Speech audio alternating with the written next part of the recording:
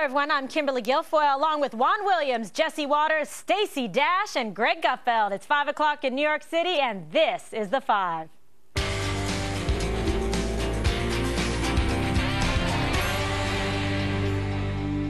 This week, Rudy Giuliani questioned President Obama's love for his country, and he's not backing down. If the president goes and makes a speech and talks about what a great country this is, if the president could complete the following sentence: during the Crusades, the Christians were barbarians, and so were the Muslims. If the president could say Islamic fundamentalist terrorism is our enemy, I will applaud the president. But until he does that, I will have doubts about his emotions, his feelings, his attitudes, and the way in which he developed.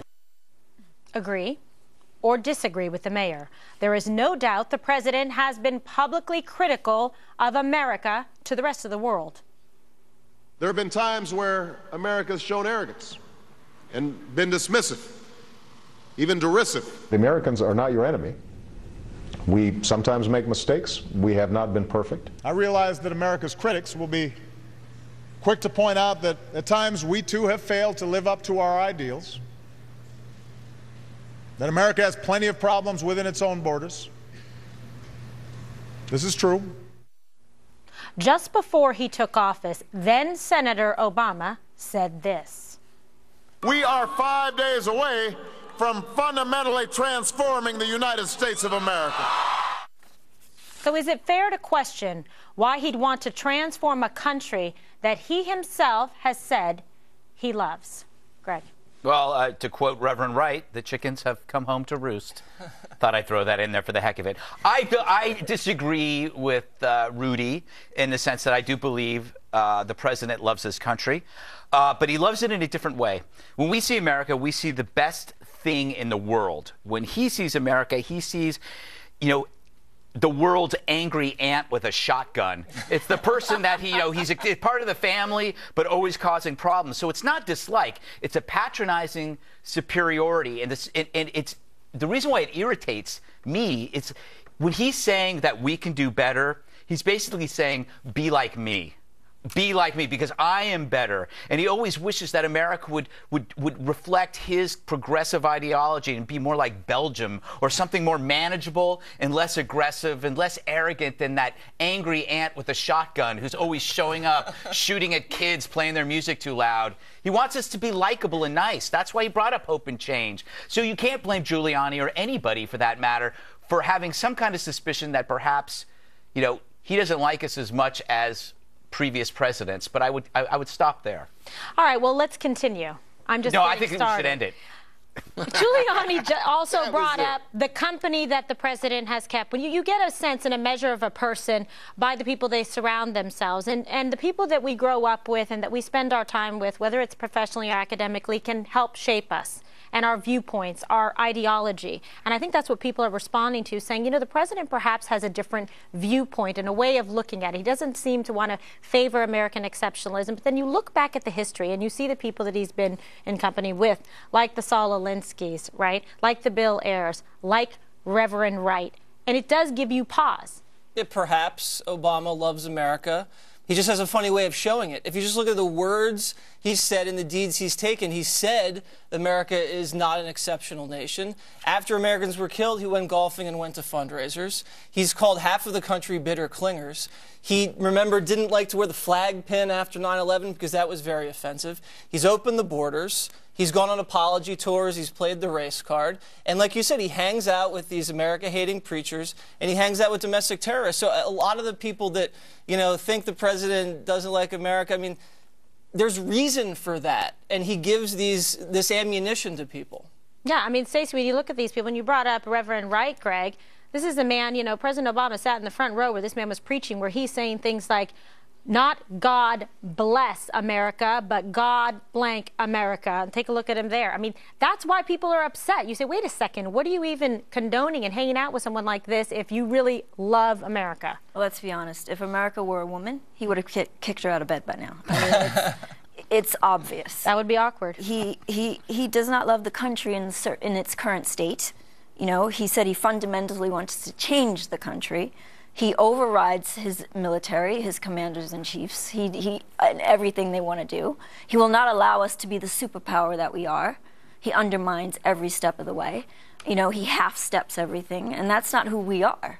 So to me, that shows that he does not love this country. Let me ask you this, Stacey. Why do you think people are so reluctant to take the President of the United States for his word when he says things like this? Because he doesn't keep his word. He says he's going to do something, and he doesn't do it. Mm-hmm. All right, Juan, you're shaking your head. Your thoughts have been percolating. I'm just like in awe of this kind of celebration of, you know, insulting the President of the United States, when in fact the President of the United States... No one's insulting him. We're going through the people he's... You know, let me just tell you something. Facts. There's nothing wrong with being critical, but when the left was this kind of critical and demeaning of President Bush, I called him out. I said, you know what, that's wrong. You don't talk about the President of the United States in those terms. But now here are you guys talking about... Here's Rudy Giuliani. No one is calling... No, wait, hold on. Let me finish. No one is calling the president any names here. We are doing an analysis of his own words. Let me repeat. Giuliani said the president doesn't love America. It seems to me that violates good taste and patriotic good sense to talk about our president in that way to the world. And, you know, it's over the line for liberals when they were attacking Bush, and it's over the line for Giuliani. Well, how about President Obama calling President Bush unpatriotic? No, how about that? Let me just tell you something. This is divisive. This invites all kinds of racial tension. This, it seems to me, is wrong-headed. And when you I don't say, know, wait a second, he never called him... No one introduced the race card until you just... No, let me just tell you something. Just because you call someone... You say, doesn't love America, doesn't love America... Let me just tell you something. A minute ago, it was said at this table, he didn't, and I think Giuliani said this, he didn't grow up like the rest of us. Oh, wait a minute. So if you don't grow up, I guess I don't know where you're supposed to grow up and be exactly like this to be an American. But gosh, so difference is not allowed. It doesn't have anything to do with race, Juan. And I know you've condemned things that the right has said about the left and vice versa, but I remember a long time ago, actually just a few years ago, when the Obama campaign arm said that Romney murdered a woman with cancer. What? And then Debbie Wasserman... Yeah, sure she did. They put out the video. Wait a second, Juan. We've got all kinds of back and forth between campaigns. Wait a second. The left made a movie. One at a time. The left made a movie glamorizing the assassination of George W. Bush. Let me just tell you something. Okay? The Republicans were called hostage takers during the debt ceiling crisis. All of a sudden, everyone's upset because someone questions the president's patriotism? Let me make a point that perhaps when he meant America, he meant the actress America Ferrera. Oh. So that'll say. No, okay. And that's who he kicked out of bed? And yes, there you go. Nice callback. I want to agree with Juan on a specific point about how to argue something. When somebody says something, when Giuliani says something, does he confirm or does he convert anyone? There are three groups of people. There are people that already agree with you that Obama's a terrible president.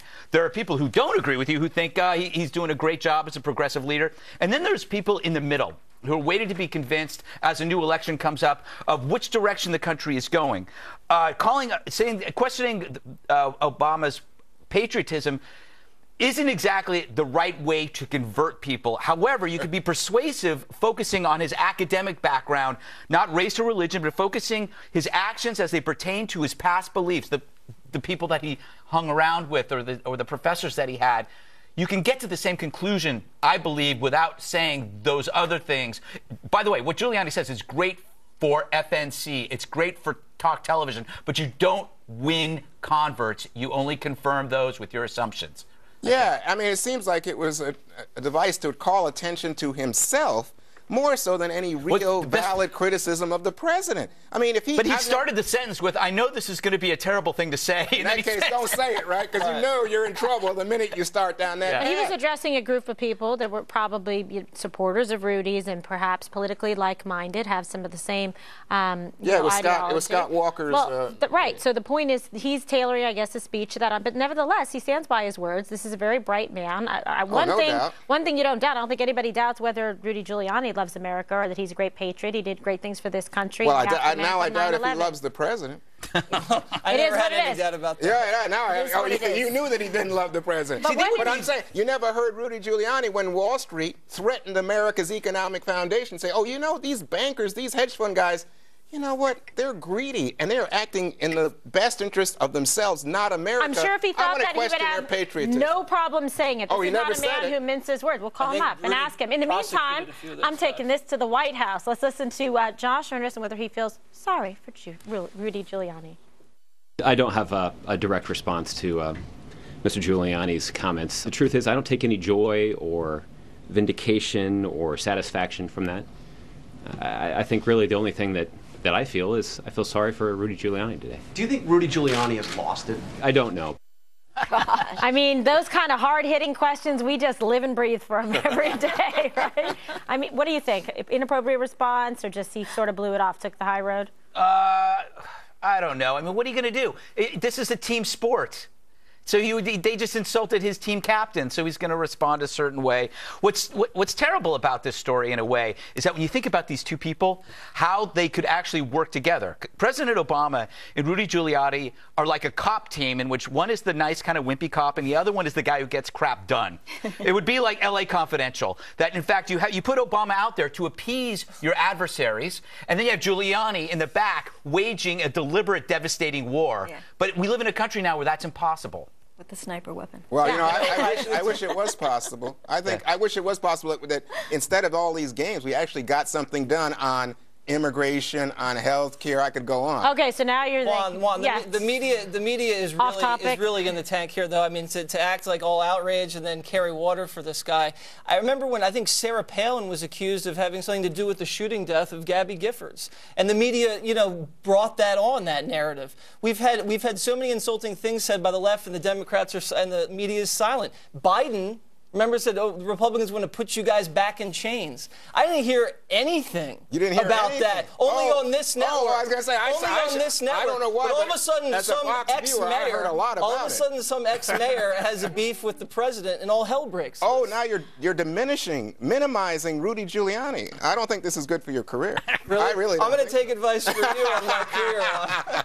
He's spoken for already by O'Reilly. I think he's okay. Right. Stacey, what do you think? What should the White House have said or done differently in response to this? Maybe nothing. Nothing. I think they should have done nothing. But I have to say, I'm greatly saddened by this president because he had a chance to unite us in such a profound way, being the first black president, and instead he did the exact opposite. We have never been more divided. I really don't think so. He did it, or Rudy did it? The president. The president. Oh, I see. Oh, so Rudy's not even responsible for what Rudy said. It's now Obama's. Just blame Obama. Why not? No. I was speaking about about the race thing when you brought up the race. I didn't bring it up. I'm saying you can't any kind of division. I say no. Any kind of difference. You have to be raised in a certain way, in a certain place, at a certain time, of a certain age, and that's who he's speaking to. Well, you don't have to be so that's why he said it. But no, but there are three. As a leader of the superpower of the world, you are the commander-in-chief. Yeah. Right. So you should be able to unite people of your country that you are leading.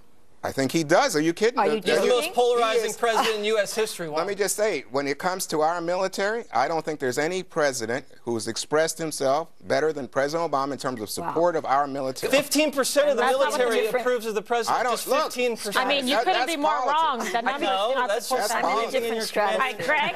I think that when you talk about, there's always been an issue with the idea of unity. There's one side that said he's been a unifier. Other people say he's the most divisive ever. But what he really is, he's like a high school coach who's also a teacher, who has athletes in his class that he favors. So the athletes who are in his class can get away with more because he's also their coach. And I think that's the problem. Wait a second. Who are the people he's favoring? Favors?